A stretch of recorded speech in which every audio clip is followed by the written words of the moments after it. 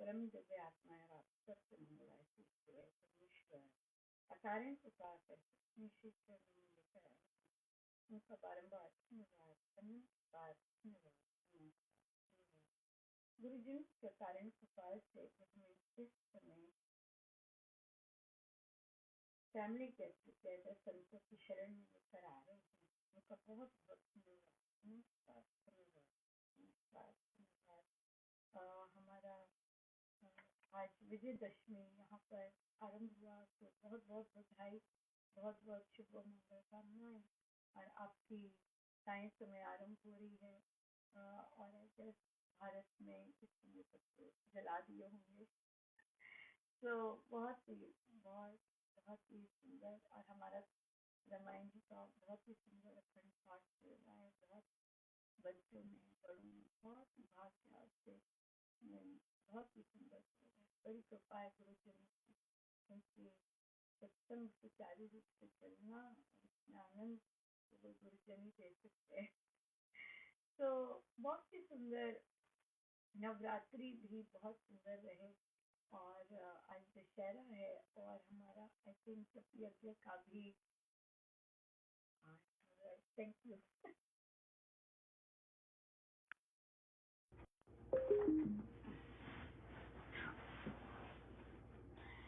जय जय राम, जय जय राम। हमें प्रभु इस समय संतों की शरण में फैमिली गेट टुगेदर संतों की शरण में लेके आते हैं।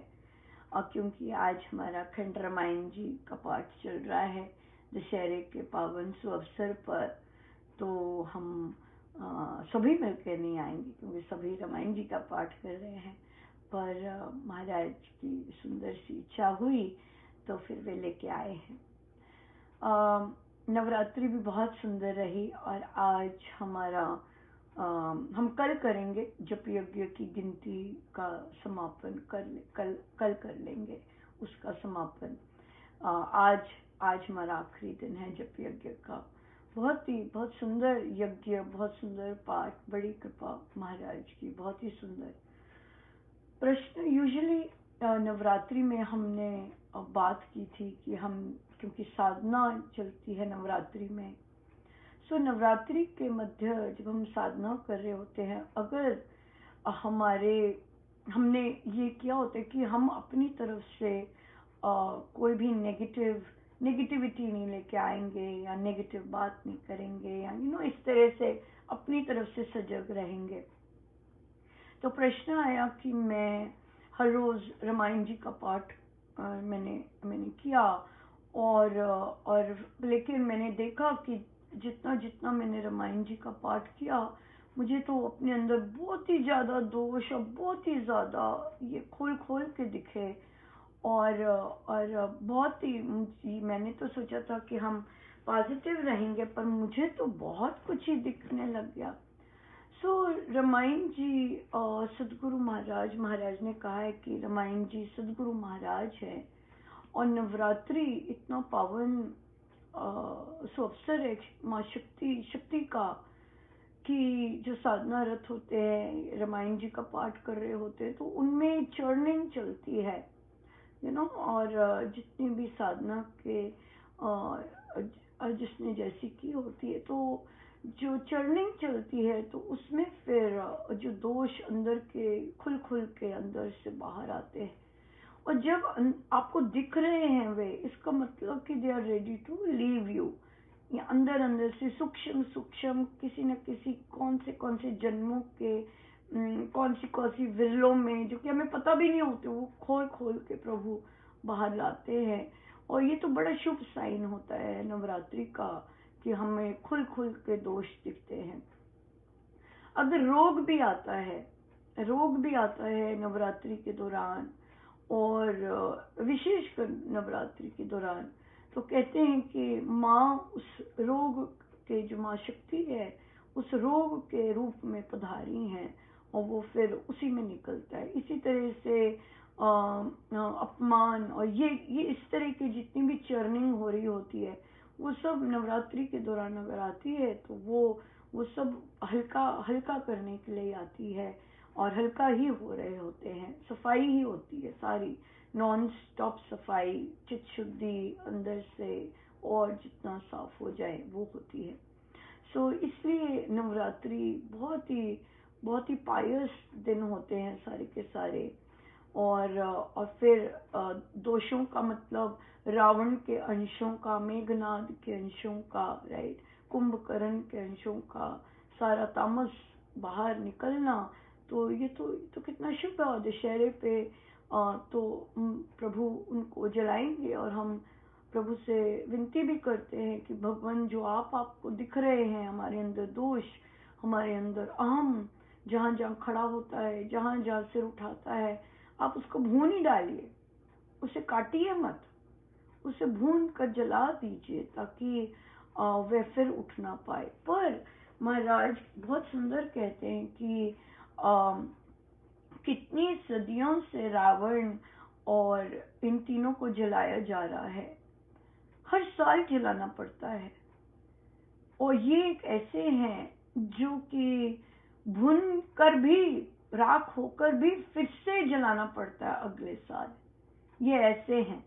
सो इसका क्या मतलब है? इसका मतलब ये है कि जो अहम के संदर्भ में जितने भी बाकी चीजें हैं वो जलानी ही जलानी है, चाहे हम एवरी डे जलाएं, चाहे हम साल में एक बार जलाएं अपने भीतर, उसकी सफाई होनी ही होनी आवश्यक है। वो आएंगे ही आएंगे, they will come, they will always be, they are always there, they are never dead. वो एटमॉस्फेयर में जिस तरह कीटाणु बैक्टीरिया होते हैं उसी तरह ये भी यही है, कहीं गए नहीं होते। लेकिन अगर हम ढीले पड़ते हैं, अगर हम सजग नहीं होते हैं तो ये आके घेर लेंगे। और ये तो इतने बहरूपियां हैं कि हमें पता भी नहीं चलेगा कि हमें घेरे बैठे हैं। और गुरु ही हैं जो कि झकझोरते हैं और और देखिए, जब कई बार क्या होता है, बड़ी स्ट्रॉन्ग डोज होती है, बच्चे को इंजेक्शन लगना होता है ना, बच्चे की सर्जरी होनी होती है, तो माँ क्या करती है, पकड़े रखती है उसे, है ना। छोटा बच्चा होता है, कई बार गले लगा लेती है, ऐसे गले लगा लेती है और फिर डॉक्टर इंजेक्शन लगाते हैं ना कि बच्चे मैंने तेरे को पकड़ा हुआ है। उसी तरह गुरुजन भी हमें ऐसे ही गले लगाए रखते हैं जब कोई बहुत बहुत अच्छी बहुत अच्छी खासी चर्निंग जब चलती है, बिल्कुल सहस्त्र भुजा, है ना, सहस्त्र भुजा है हमारे गुरुजनों की। तो सहस्त्र भुजाओं में वो पकड़ लेते हैं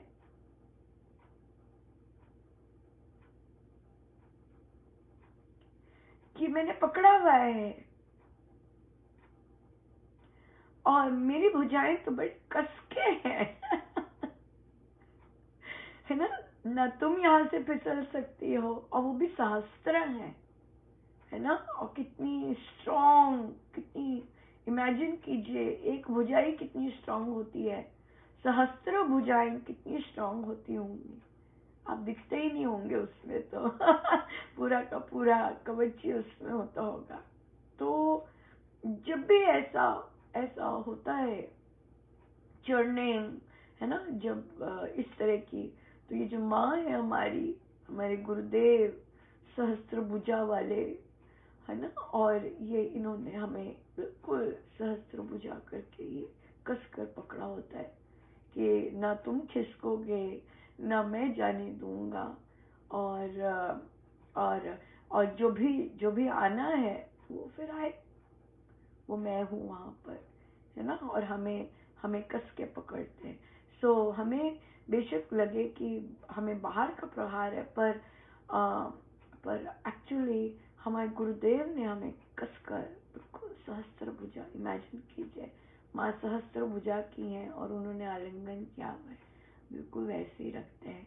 सो इसलिए ये सारी चीजें हमारी ही पवित्रता, हमारी ही शुद्धता के लिए होती हैं। वहां पे अगर घबराए तो फिर घबराहट तो होती है। अब देखिए माँ सीता का कितना सुंदर, आप देखिए, किसी ने पूछा कि माँ सीता का जिस तरह हम चर्चा करते हैं वैसे हमने चर्चाएं नहीं सुनी, बिल्कुल, क्योंकि ये तो माँ सीता ही डिसाइड करती है ना कि कहाँ मैं अपना कौन सा वाला मैं अपनी बात कहूँ, है ना। वो तो फिर वही कहेंगी ना अपनी बात जहाँ उन्हें कंड्यूसिव लगता है। फिर वे पदार्थी, अब देखिए हम ये अक्सर चर्चा करते हैं कि प्रभु राम ने 3-4 जगह बोले हैं, हाँ, और उसमें से 2 जगह तो पति कैसा होना चाहिए, पति किस तरह से होना चाहिए उस पर उन्होंने बोला है, दूसरों ने नहीं बोला। वो प्रभु राम ने स्वयं बोला है, जो कि ये कॉन्वर्सेशन की पति कैसा होना चाहिए ये बहुत जगह लुप्ती है, बिल्कुल मिनिमम कहीं आती है कि प्रभु ने कैसा बोला है। 2 जगह बोले हैं कि कैसे पति होने चाहिए, कैसा उनका रिलेशनशिप होना चाहिए। और आप देखेंगे हमारी संस्कृति का बहुत ही सुंदर ढंग है जो रामायण जी में बहुत ज्यादा खुलकर आता है, वे है कि जब एक दूसरे को एड्रेस करना है कैसे करना है।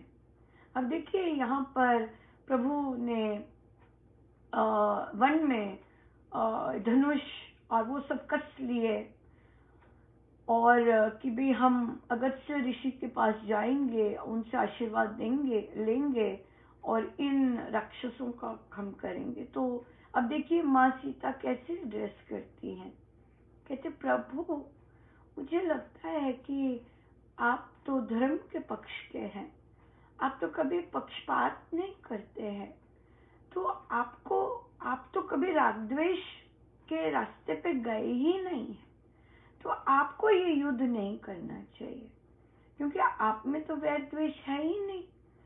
आप तो पर स्त्री को भी नहीं देखते, तो किसी स्त्री की कामना से भी नहीं आप युद्ध कर सकते, राइट। तो वो क्या कह रही हैं उनके मन में, जो क्योंकि प्रभु राम उनके सखा हैं, मात्र पति नहीं है। जो पति सखा होते हैं वहां ही एक स्त्री अपने मन की बात खुल के कर सकती है। आप देखेंगे कि एक पति के साथ जब स्त्री बात करती है, और वो हम इस कॉन्वर्सेशन में अभी देखेंगे, और जब सखा के साथ बात करती है तो प्रभु कैसे उन्हें रिस्पॉन्ड करते हैं, ये बहुत सुंदर है। तो वो कहती है कि प्रभु आप तो न्यायशील के हैं, आपने तो दीनहीन के दीन बंधु हैं, तो आप तो इस तरह बिना कारण के धनुष नहीं उठा सकते, मुझे नहीं लगता आपको ये रास्ता लेना चाहिए। तो प्रभु ने कहा तुम बिल्कुल ठीक कह रहे हो।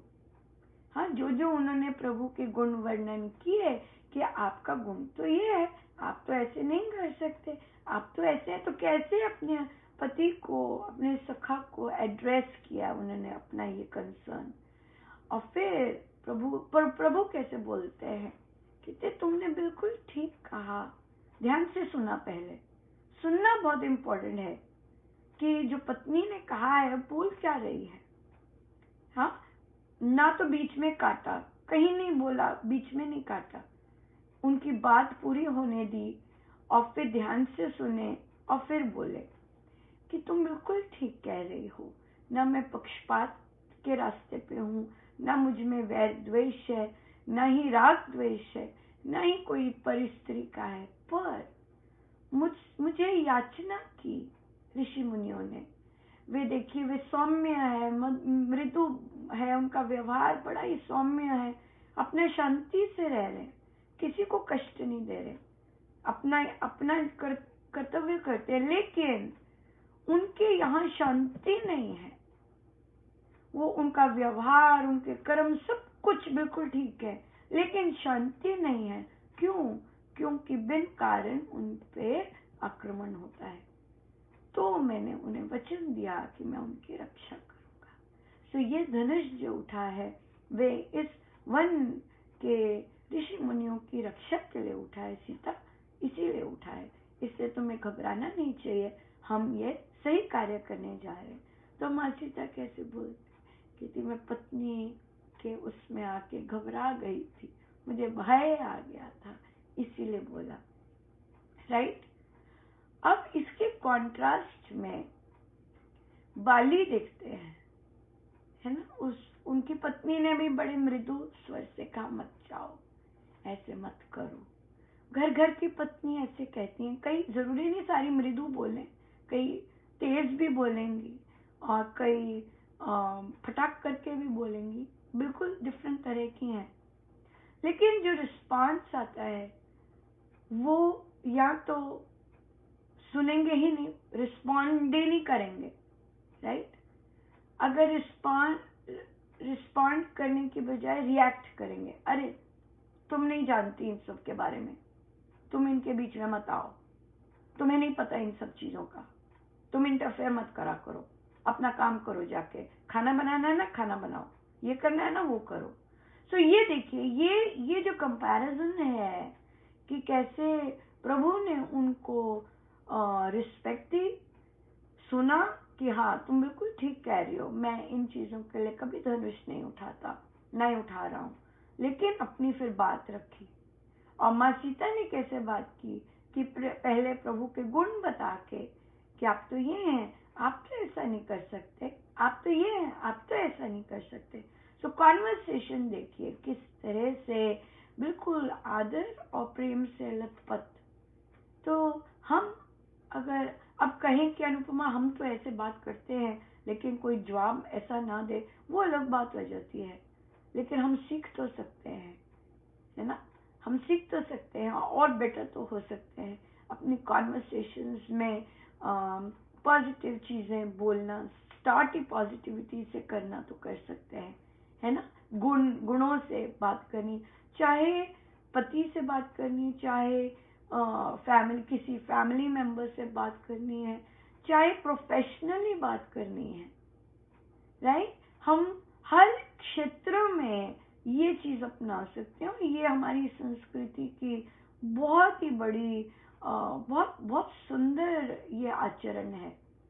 और होता तो शुरू गृहस्थ से है, क्योंकि जब पति पत्नी आपस में ऐसा बात करेंगे, बच्चे सीखेंगे कि किसी से बात करनी है तो उन्हें गुण पहले करने हैं, फिर जाके अपना कंसर्न रखना है ना। सो ये फिर से आया, उठ के आया, तो बहुत ही सुंदर, बहुत बहुत ही बहुत बहुत सुंदर।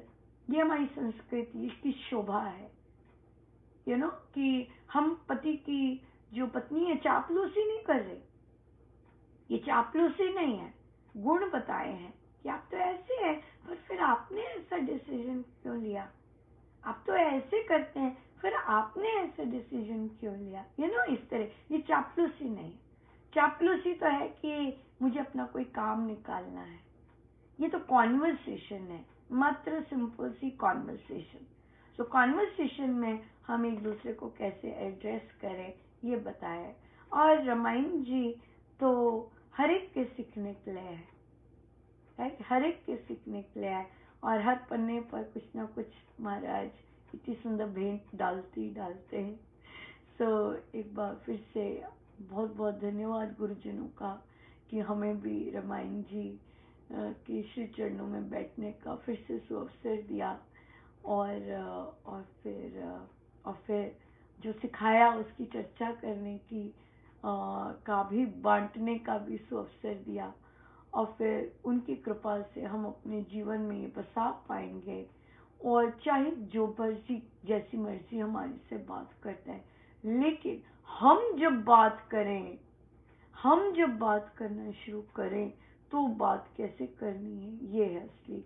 चाहे रिटन में बात करें, चाहे हम वर्बली बात करें, तो हमारी बातचीत में हमारी संस्कृति झलकनी चाहिए। दैट इज, और इस तरह की सुंदर संस्कृति कि आपका जो कार्य है, आपका जो कल्चर है, आपके जो कल्चरल वैल्यूज है, वो आप हर जगह टेबल पे लेके जाए, चाहे गृहस्थ में, चाहे प्रोफेशनली, राइट। सो बहुत बहुत धन्यवाद गुरुजनों का, अनंत बार धन्यवाद सब उनका, उनके श्री चरणों। आइए सीधे होकर बैठे।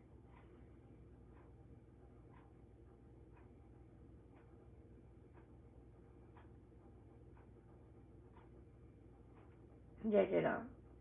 जय जय राम।